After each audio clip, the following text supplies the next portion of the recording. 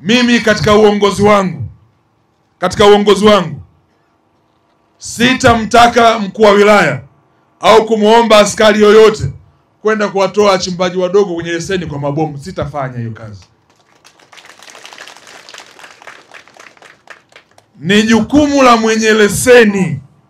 Ni jukumu la mwenye leseni kuhakikisha anailinda leseni yake. Mbona hapa kwa Clavel mpo hapa? Kuna shida hapa? Zipo Mtaniambia baadaye. Clavel naambiwa kuna shida hapa, wataniambia baadaye. Lakini utaratibu upo hapa na uona wa namna ambavyo maduara yako. Hapa kuna maduara 74 yanayozalisha. Na ndugu yangu Clavel, kama maduara haya hajasajiliwa, naomba nikiwa natoka hapa, hakikisheni mnasajili maduara na inakwenda kwa RMO pale.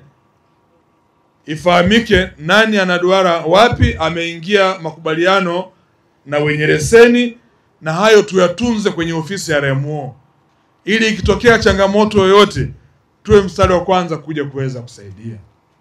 Kwa hili ni eneo la kwanza ambalo tuliamua kulifanyia kazi, kulitungia kanuni.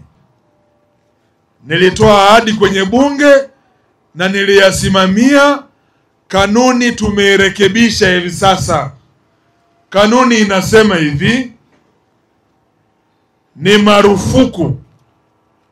marufuku mtu yoyote mwenye leseni, mmiliki wa leseni, kuingiza wachimbaji wadogo kuchimba maduara kwenye leseni yake.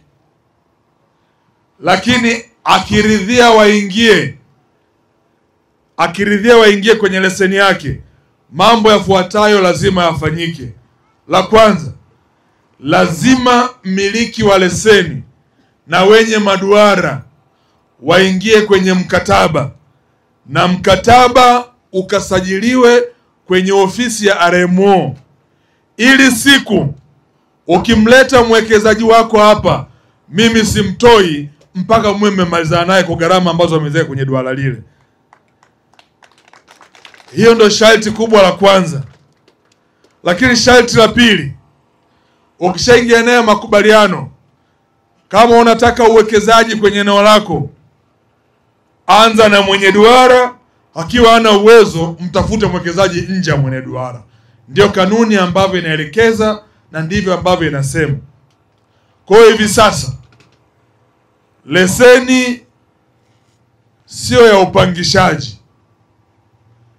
Nyewe vijana wengi naona hapa hamna fursa ya kupata leseni.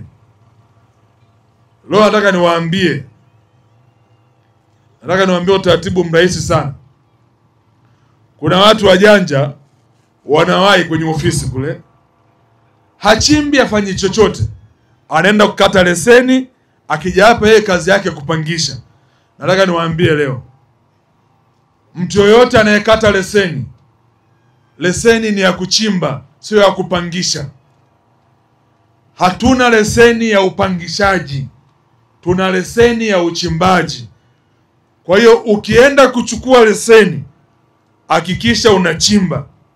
Na kama unachimba wewe duara moja, unaoingiza na vijana wengine na watu wengine kwenye leseni yako, hakikisha mnasainiana nao mikataba.